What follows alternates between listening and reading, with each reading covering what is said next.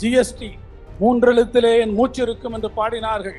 ஆனால் மூன்றெழுத்திலே நம்முடைய மொத்த மூச்சையும் அடக்கிய ஒரு சொல் இருக்கிறது என்று சொன்னால் அது ஜிஎஸ்டி. உங்களுக்கு கிடைக்கக்கூடிய வருவாயை நாங்கள் பாதுகாப்போம் என்று சொன்னார்கள். உங்களுக்கான வளர்ச்சியை தருவோம் என்று சொன்னார்கள். 2017க்கு பிறகு நாட்கள் ஓடி இருக்கிறது. 5 ஆண்டுகளை தாண்டி இருக்கிறோம். ஆனால் அவர் சொன்ன வளர்ச்சி வந்திருக்கிறதா என்று சொன்னால் அந்த வளர்ச்சி நமக்கு வரவில்லை. தமிழ்நாட்டிற்கு கிடைக்க வேண்டிய இழப்பீடு எவ்வளவு தெரியுமா? 20,000 கோடி நாம் கேட்டோம். இன்றைக்கு வரை ஒரு நயா பைசா வரவில்லை. அல்லது இழப்பீட்டிற்கான காலத்தையாவது நீங்கள் 2 ஆண்டுகளுக்கு நீட்டித்தாருங்கள் என்று கேட்டோம். இன்றைக்கு வரை ஒன்றிய அரசு அதற்கு ஒத்துக்கொள்ளவில்லை. தமிழ்நாட்டிலே நாம் பெறக்கூடிய வரியிலிருந்து ஒன்றிய அரசிற்கு நாம் கொடுக்கக்கூடிய தொகை எவ்வளவு தெரியுமா? 6.5 லட்சம் கோடி ரூபாய். ஒன்றிய அரசிலிருந்து வரி பகிர்வாக நம்மிடத்தில் எவ்வளவு அவர்கள் நமக்கு தருகிறார்கள் தெரியுமா? வெறும் 2.5 லட்சம் கோடி தருகிறார்கள். அவர் இடத்திலிருந்து நமக்கு பாஜக ஆளக்கூடிய மாநிலங்களில் இந்த நிலைமை இருக்கிறதா என்றால் கேட்டால் இல்லை. பாஜக ஆளக்கூடிய உத்தரப்பிரதேச மாநிலத்தை ஒரு எடுத்துக்காட்டுக்காக நீங்கள் எடுத்துக்கொள்வது என்று சொன்னால், உத்தரப்பிரதேச மாநிலம் அவர்கள் வரியில் இருந்து அவர்கள் ஒன்றிய அரசிற்கு கொடுக்கக்கூடிய அந்த பகிர்வு எவ்வளவு என்று கேட்டால் 2,70,000 கோடி. நாம் எவ்வளவு கொடுக்கிறோம்? 6,50,000 கோடி. நமக்கு கிடைக்கிறது 2,50,000 கோடி. உத்தரப்பிரதேசம் கொடுப்பதோ 2,70,000 கோடியை அவர்களுக்கு கொடுக்கிறார்கள். ஆனால் அவர்களுக்கு வரி பகிர்வாக மத்தியிலே இருந்து ஒன்றியத்திலிருந்து வரக்கூடிய அந்த பகிர்வு எவ்வளவு தெரியுமா? 11 லட்சம் கோடி வருகிறது. நீங்கள் ₹1 அவர்களுக்கு தருகிறீர்கள் என்று சொன்னால் ஒன்றிய அரசு உங்களுக்கு திரும்ப கூடிய அந்த வரி பகிர்வு என்பது 29 காசு. இங்கேதான் நாம் சொல்கிறோம், நிதி பகிர்விலே தமிழ்நாடு தொடர்ந்து அவர்களாலே வஞ்சிக்கப்பட்டுக் கொண்டிருக்கிறது. நான் ஒரே ஒரு உதாரணத்தை சொல்கிறேன். சென்னையிலே இருக்கக்கூடிய மெட்ரோ ரயில் திட்டம், மகாராஷ்டிரா மாநிலத்தில் இருக்கக்கூடிய அந்த மெட்ரோ ரயில் ப்ராஜெக்டுக்கு ஒன்றிய அரசு இதுவரை எத்தனை கோடி ரூபாய் கொடுத்திருக்கிறது தெரியுமா? 28,000 கோடி ரூபாய் தந்திருக்கிறது. அதே போல கர்நாடக மாநிலத்தில் இருக்கக்கூடிய இந்த திட்டத்திற்கு எவ்வளவு பணம் தந்திருக்கிறது தெரியுமா? 17,500 கோடி ரூபாய் தந்திருக்கிறது. டெல்லி ஹரியானாவிலே ரூபியும் சேர்த்து எவ்வளவு தந்திருக்கிறது தெரியுமா? 13,000 கோடி ரூபாய் தந்திருக்கிறது. குஜராத்திற்கு 13,000 கோடி ரூபாய் தந்திருக்கிறது. ஆனால் தோழர்களே, தமிழ்நாட்டிற்கு எவ்வளவு தந்திருக்கிறார்கள் தெரியுமா? இதுவரை அவர்கள் கொடுத்திருப்பது வெறும் 3,273 கோடி ரூபாய். பாரத போரினுடைய முடிவு நாடு அறிந்தது. குருஷேத்திர போரிலே எப்படி கௌரவர்கள் தோற்கடிக்கப்பட்டு உங்களுக்கு ஒன்றும் கிடையாது என்று ஒதுக்கப்பட்ட பாண்டவர்கள் வெற்றி கொடியினை நாட்டினார்களோ, அதை போல ஒவ்வொரு முறையும் டெல்லி ஆட்சி பீடத்தில் இருக்கக்கூடிய ஒன்றிய அரசிலே நம்முடைய முறையீடுகள் ஒவ்வொரு முறையும் எழுப்பப்படுகிற போது அவை புறந்தள்ளப்பட்டு கொண்டிருப்பதை நாட்டு மக்கள் நன்றாக பார்த்து கொண்டிருக்கிறார்கள். வரக்கூடிய நாடாளுமன்ற தேர்தல் பாரத போர்க்களமாக அமையும். அந்த போர்க்களத்திலே நம்முடைய மாண்புமிகு முதலமைச்சர்கள் எழுப்பக்கூடிய அந்த வெற்றி நாதம், சங்கநாதம், கண்ணனுடைய கையிலே இருக்கக்கூடிய பாஞ்சஜன்யமாக அது ஒலிக்கும். தம்பி உதயநிதியினுடைய கையிலே இருக்கக்கூடிய காண்டிவமாக அது வீறு கொண்டு எழும். மாங்கனி நகரில் மாவீரர் சங்கமமாக போர்ப்பரணி பாடுகின்ற மாபெரும் மாநாடாக நடைபெற்றுக் கொண்டிருக்கக்கூடிய மாநில உரிமை மீட்பு மாநாட்டினுடைய தலைவர் புறநானூற்று வரிகளிலே சொல்ல வேண்டும் என்று சொன்னால், ஒரு நாளிலே 8 தேர்களை செய்யக்கூடிய ஒருவன் ஒரு மாதம் முழுதும் உழைத்து ஒரு தேர்காலினை உருவாக்குவான் என்று சொன்னால், அந்த தேர்கால் எவ்வளவு வலிமையாக இருக்குமோ அத்தகைய ஒரு வலிமை படைத்த போர் தலைவனாக இளைஞர் அணியினுடைய தம்பிமார்களை எல்லாம் இன்றைக்கு போர்க்களத்திற்கு அழைத்து வரக்கூடிய அருஞ்செயலை ஆற்றிக்கொண்டிருக்கக்கூடிய மாநாட்டு தலைவர் என்னுடைய பெருமதிப்பிற்குரிய அருமை தம்பி இளைஞர் அணியினுடைய செயலாளர் அன்பிற்குரிய தம்பி உதயநிதி ஸ்டாலின் அவர்களே, நீடித்த வளர்ச்சி, நிலையான வளர்ச்சி, எல்லோருக்கும் எல்லாமுமான திராவிட மாடல் ஆட்சியினுடைய கொள்கை என்கின்ற அந்த தத்துவத்தோடு தமிழ்நாட்டிற்கு இன்றைக்கு வளர்ச்சி மிகுந்த ஒரு ஆட்சியை தந்து கொண்டிருக்கக்கூடிய தன்னேர் இல்லாத தலைவர் தமிழ்நாட்டினுடைய முதலமைச்சர் ஆர்.வி. அண்ணன் தளபதி அவர்களே, கழகத்தினுடைய பொதுச் செயலாளர் ஆர்.வி. அண்ணன் துரைமுருகன் அவர்களே, கழகத்தினுடைய முதன்மை செயலாளர் மாநாட்டினுடைய ஒருங்கிணைப்பாளர் அன்பிற்கினிய அண்ணன் K.N. நேரு அவர்களே, மேடையிலும் மேடைக்கு முன்பாகவும் வீற்றிருக்கக்கூடிய கழகத்தினுடைய முன்னோடிகளே, இளைஞர் அணியினுடைய தம்பிமார்களே, உங்கள் அனைவருக்கும் என்னுடைய பணிவான வணக்கத்தை தெரிவித்துக் கொள்ள விரும்புகிறேன். நிதித்துறையிலே நம்முடைய உரிமைகளை எல்லாம் எப்படி நாம் இழந்திருக்கிறோம் என்பதை சொல்லக்கூடிய வகையில் நிதித்துறையிலே மாநில உரிமைகள் பறிப்பு என்கின்ற தலைப்பிலே உங்கள் முன்னாலே உரையாற்றுவதற்கான நல்லதொரு வாய்ப்பினை வழங்கியிருக்கக்கூடிய மாநாட்டு தலைவர் அவர்களுக்கு நான் என்னுடைய நன்றியினை தெரிவித்துக் கொள்ள விரும்புகிறேன். தமிழ்நாடு ஒன்றும் சாதாரண நாடா என்று கேட்டால் சாதாரண நாடல்ல தமிழ்நாடு. எத்தனையோ உண்டு புவி மீது, அவை யாவும் படைத்திட்ட நாடு தமிழ்நாடு. புகழ் கம்பன் பிறந்த தமிழ்நாடு, கல்வியில் சிறந்த தமிழ்நாடு என்று பாரதியார் பாடினாரே அந்த தமிழ்நாடு. கல்வியிலே மாத்திரமல்ல, பொருளாதாரத்தையும் நீங்கள் எடுத்துக்கொண்டால் இந்தியாவிலே மிகப்பெரிய பொருளாதாரமான நாடு, இந்தியாவிலே 2வது பெரிய பொருளாதாரமுடைய நாடு தமிழ்நாடு. இன்னும் சொல்ல வேண்டும் என்று சொன்னால் 24 லட்சம் கோடி ரூபாய் நம்முடைய பொருளாதாரம் இருக்கக்கூடிய ஒரு மாநிலம் இந்தியாவிலே இருக்கிறது என்று சொன்னால் அந்த பெருமைமிக்க மாநிலம் தமிழ்நாடு என்று சொல்லக்கூடிய மாநிலம்.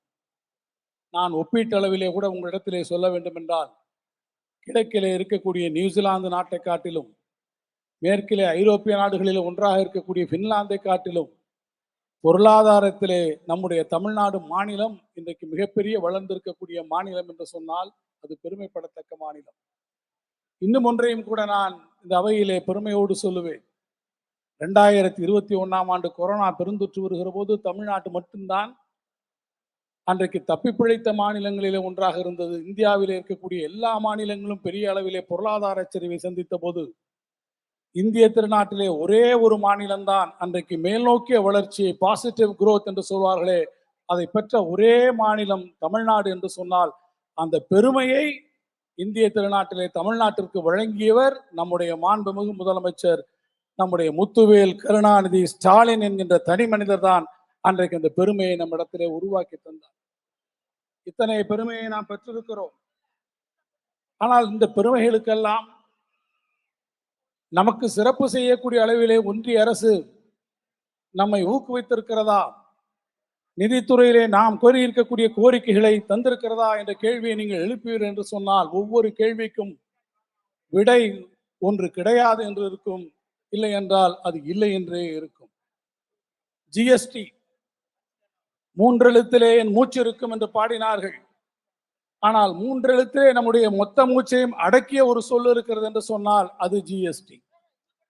ஜிஎஸ்டி வரி விதிப்பிற்கு வந்ததற்கு பிறகு மாநிலத்திலே இருக்கக்கூடிய நிதி சுயாட்சி இன்றைக்கு எந்த அளவிற்கு பாதிக்கப்பட்டிருக்கிறது. ஒரு பொருள் இருக்கிறது என்று சொன்னால் எந்த பொருளுக்கு வரி விதிக்க வேண்டும், அது எந்த அளவிலே விகிதத்திலே அந்த வரியை விதிக்க வேண்டும், அல்லது எந்த முறையிலே அந்த வரியை விதிக்க வேண்டும் என்கின்ற அந்த உரிமை ஜிஎஸ்டி வந்ததற்கு பிறகு ஒன்றிய அரசு முற்றிலுமாக மாநிலங்களில் இருந்து பறித்துக் கொண்டிருக்கிறது. அப்படி பறிக்கின்ற போது கூட என்ன சொன்னார்கள்? உங்களுக்கு கிடைக்கக்கூடிய வருவாயை நாங்கள் பாதுகாப்போம் என்று சொன்னார்கள். உங்களுக்கான வளர்ச்சியை தருவோம் என்று சொன்னார்கள். 2017க்கு பிறகு நாட்கள் ஓடி இருக்கிறது. 5 ஆண்டுகளை தாண்டி இருக்கிறோம். ஆனால் அவர் சொன்ன வளர்ச்சி வந்திருக்கிறதா என்று சொன்னால் அந்த வளர்ச்சி நமக்கு வரவில்லை. அப்படியானால் அதற்கான இழப்பீடுகளை எங்களுக்கு கொடுங்கள் என்று கேட்டோம். அந்த இழப்பீடு தமிழ்நாட்டிற்கு கிடைக்க வேண்டிய இழப்பீடு எவ்வளவு தெரியுமா? 20,000 கோடி நாம் கேட்டோம். இன்றைக்கு வரை ஒரு நயா பைசா வரவில்லை. அல்லது இழப்பீட்டிற்கான காலத்தையாவது நீங்கள் 2 ஆண்டுகளுக்கு நீட்டித்தாருங்கள் என்று கேட்டோம். இன்றைக்கு வரை ஒன்றிய அரசு அதற்கு ஒத்துக்கொள்ளவில்லை. இது மாத்திரமல்ல, வரி பகிர்வு தமிழ்நாடு மாநிலத்தில் இருந்து நாம் இன்றைக்கு எவ்வளவு வரி பகிர்வாக நாம் அவர்களுக்கு தருகிறோம் என்கின்ற ஒரு புள்ளி விவரத்தை மாத்திரம் உங்களிடத்தில் நான் சொல்ல விரும்புகிறேன். தமிழ்நாட்டிலே நாம் பெறக்கூடிய வரியிலிருந்து ஒன்றிய அரசிற்கு நாம் கொடுக்கக்கூடிய தொகை எவ்வளவு தெரியுமா? 6.5 லட்சம் கோடி ரூபாய். எவ்வளவு? 6.5 லட்சம் கோடி ரூபாய் தமிழ்நாடு இன்றைக்கு ஒன்றிய அரசுக்கு நாம் கொடுக்கிறோம். ஒன்றிய அரசிலிருந்து வரி பகிர்வாக நம்மிடத்தில் எவ்வளவு அவர்கள் நமக்கு தருகிறார்கள் தெரியுமா? வெறும் 2.5 லட்சம் கோடி தருகிறார்கள். அவரிடத்திலிருந்து நமக்கு வருகிறது. ஆனால் பாஜக ஆளக்கூடிய மாநிலங்களில் இந்த நிலைமை இருக்கிறதா என்றால் கேட்டால் இல்லை. பாஜக ஆளக்கூடிய உத்தரப்பிரதேச மாநிலத்தை ஒரு எடுத்துக்காட்டுக்காக நீங்கள் எடுத்துக்கொள்வீர்கள் என்று சொன்னால், உத்தரப்பிரதேச மாநிலம் அவர்கள் வரியில் இருந்து அவர்கள் ஒன்றிய அரசிற்கு கொடுக்கக்கூடிய அந்த பகிர்வு எவ்வளவு என்று கேட்டால் 2,70,000 கோடி. நாம எவ்வளவு கொடுக்கிறோம்? 6,50,000 கோடி. நமக்கு கிடைக்கிறது 2,50,000 கோடி. உத்தரப்பிரதேசம் கொடுப்பதோ 2,70,000 கோடியை அவர்களுக்கு கொடுக்கிறார்கள். ஆனால் அவர்களுக்கு வரி பகிர்வாக மத்தியிலே இருந்து ஒன்றியத்திலிருந்து வரக்கூடிய அந்த பகிர்வு எவ்வளவு தெரியுமா? 11 லட்சம் கோடி வருகிறது. எண்ணி பாருங்க. அவங்க கொடுக்கிறது வெறும் 2,70,000, ஆனால் வருகிறது 11 லட்சம் அவர்களுக்கு திருப்பி தருகிறார் என்று சொன்னால் இங்கேதான் இருக்கிறது. கலைஞர் அவர்கள் சொன்னாரே, ஆச்சாரியாரின் விபீஷண வேலை என்று. ஒரு கண்ணிலே சுண்ணாம்பையும் ஒரு கண்ணிலே வெண்ணையும் வைக்கக்கூடிய ஒன்றிய அரசனுடைய செயலுக்கு இது நல்ல எடுத்துக்காட்டு. நான் இன்னும் புரியக்கூடிய அளவில் உங்களுக்கு சொல்ல வேண்டும் என்று சொன்னால், நீங்கள் ₹1 அவர்களுக்கு தருகிறீர்கள் என்று சொன்னால் ஒன்றிய அரசு உங்களுக்கு திரும்ப கூடிய அந்த வரி பகிர்வு என்பது 29 காசு. நம்ம ₹1 கொடுக்கிறோம், ஆனா நமக்கு திருப்பி கொடுக்கிறது வெறும் 29 காசு என்று சொன்னால் இங்கேதான் நாம் சொல்கிறோம், நிதி பகிர்விலே தமிழ்நாடு தொடர்ந்து அவர்களாலே வஞ்சிக்கப்பட்டு கொண்டு வருகிறது. நிதிக்குழுவை எடுத்துக்கொள்ளுங்கள். நிதிக்குழுன்னு ஒண்ணு வச்சீங்கனாலே, பினான்ஸ் கமிஷன் சொன்னாலே ஒவ்வொரு வருஷத்துக்கு நமக்கு உயர்த்தி கொடுக்க வேண்டும். நாம் இன்னைக்கு ₹10 ஒரு பொருளை வாங்க முடிகிறது என்று கேட்டால் 5 வருஷம் கேட்டு அந்த பொருளை நாம் ₹50 வாங்க வேண்டி இருக்கிறது. இன்ஃபிளேஷன், பணவீக்கம் வருகிறது. ஆனால் 12வது நிதிக்குழுவிலே நமக்கு ஒதுக்கப்பட்டிருக்கக்கூடிய நிதிக்கான சதவீதத்தை பார்த்து என்று சொன்னால் 5%. ஆனால் 15வது நிதிக்குழு வருகிற போது நமக்கு 5% என்பது நமக்கு 10% இருக்கலாம், 8% இருக்கலாம். ஆனால் 5% தமிழ்நாட்டை பொறுத்த மட்டிலே 4% குறைக்கிறது.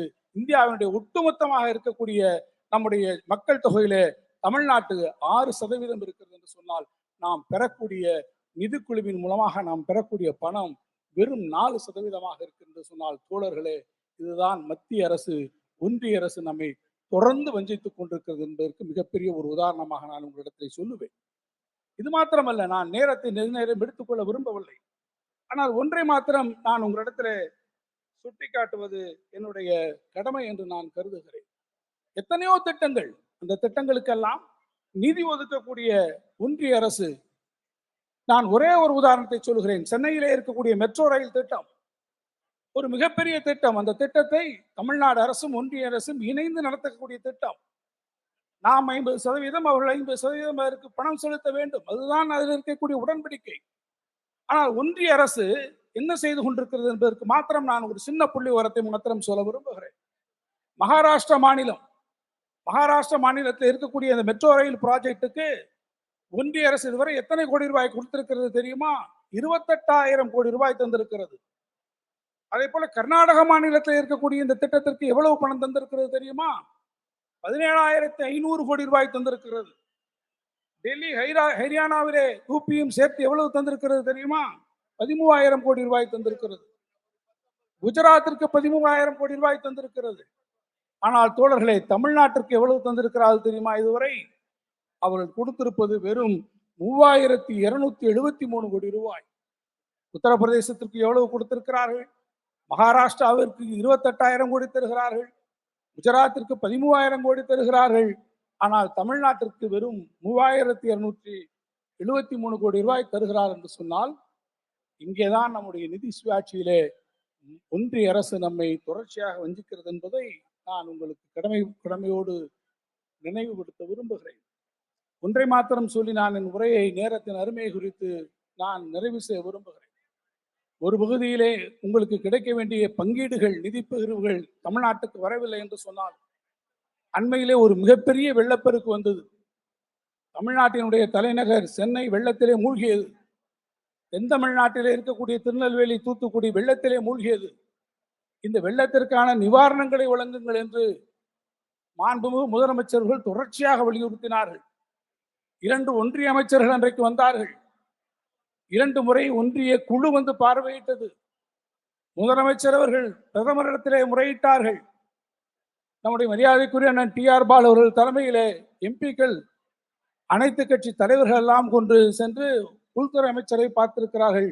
நான் பேசிக் கொண்டிருக்கக்கூடிய இந்த தருணம் வரை ஒரு பைசா இன்னும் நமக்கு வரவில்லை. நாம் அவரிடத்தில் கேட்டோம், பெர்மனன்ட் ரெசர்வேஷன் முழுமையாக சீரமைப்பதற்கு 22,000 கோடி ரூபாய் கொடுங்கள் என்று கேட்டோம். கிடையாது. சரி, டெம்பரவரியாவது கொடுங்கள், தற்காலிகமாவது கொடுங்கள், ஒரு 15,000 கோடி கொடுங்கள். கிடையாது. இன்னும் ஒருபடி மேலே போய் சொன்னார் நம்முடைய மாண்புமிகு முதலமைச்சர். தமிழ்நாடு அரசினுடைய சார்பிலே உடனடி நிவாரணமாக 6,000 ரூபாய், 1,000 ரூபாய் என்கின்ற விகிதத்திலே நாங்கள் அளித்திருக்கிறோம். 2,000 கோடி ரூபாய் கொடுத்திருக்கிறோம். குறைந்தபட்சம் அந்த 2,000 கோடியையாவது கொடுங்கள் என்று கேட்டோம். ஆனால் அந்த 2,000 கோடியை கூட கொடுக்கவில்லை தோழர்களே. நான் ஒன்றை சொல்லி என் உரையை நிறைவு செய்ய விரும்புகிறேன். பாரதத்தினுடைய கதையை நீங்கள் அறிந்திருப்பீர்கள். மகாபாரத கதையிலே கண்ணன் தூது போகிறான். ஒரு சபையிலே போய் கேட்கிறான், பாண்டவர்களுடைய அஞ்ஞாதவாதம் முடிந்து விட்டது, பாண்டவர்களுக்கு நியாயமாக செலுத்துக்கு தர வேண்டிய நாட்டை திருப்பிக் கொடுங்கள் என்று கேட்டார்கள். நாடாவது ஒன்றாவது கிடையாது என்று சொன்னார்கள். அப்படியானால் பாதி ராஜ்யமாவது கொடுங்கள் என்று கேட்டார்கள். முடியாது என்று சொன்னார்கள். சரி, அதுவும் வேண்டாம், 5 கிராமங்கள், அதை மாத்திரமாவது கொடுங்கள் என்று சொன்னார்கள். ஊசி முனை இருக்கக்கூடிய இடம் கூட உங்களுக்கு கிடையாது என்று சொன்னார்கள். பாரத போர் மூண்டது. பாரத போரினுடைய முடிவு நாடு அறிந்தது. குருஷேத்திர போரிலே எப்படி கௌரவர்கள் தோற்கடிக்கப்பட்டு உங்களுக்கு ஒன்றும் கிடையாது என்று ஒதுக்கப்பட்ட பாண்டவர்கள் வெற்றி கொடியினை நாட்டினார்களோ, அதை போல ஒவ்வொரு முறையும் டெல்லி ஆட்சி பீடத்தில் இருக்கக்கூடிய ஒன்றிய அரசிலே நம்முடைய முறையீடுகள் ஒவ்வொரு முறையும் எழுப்பப்படுகிற போது அவை புறந்தள்ளப்பட்டு கொண்டிருப்பதை இந்த நாட்டு மக்கள் நன்றாக பார்த்து கொண்டிருக்கிறார்கள். வரக்கூடிய நாடாளுமன்ற தேர்தல் பாரத போர்க்களமாக அமையும். அந்த போர்க்களத்திலே நம்முடைய மாண்புமிகு முதலமைச்சர்கள் எழுப்பக்கூடிய அந்த வெற்றி நாதம், சங்கநாதம், கண்ணனுடைய கையிலே இருக்கக்கூடிய பாஞ்சஜன்யமாக அது ஒலிக்கும். தம்பி உதயநிதியினுடைய கையிலே இருக்கக்கூடிய காண்டிவமாக அது வீறு கொண்டு எழும். அந்த வீறு கொண்டு எழக்கூடிய எழுச்சி வரக்கூடிய தேர்தலிலே 40 இடங்களிலும் திராவிட முன்னேற்ற கழகமும் அதன் கூட்டணி கட்சிகளும் வெற்றி கொடி நாட்டும் என்று சொல்லி வாய்ப்புக்கு நன்றி கூறி விடைபெறுகிறேன். நன்றி, வணக்கம்.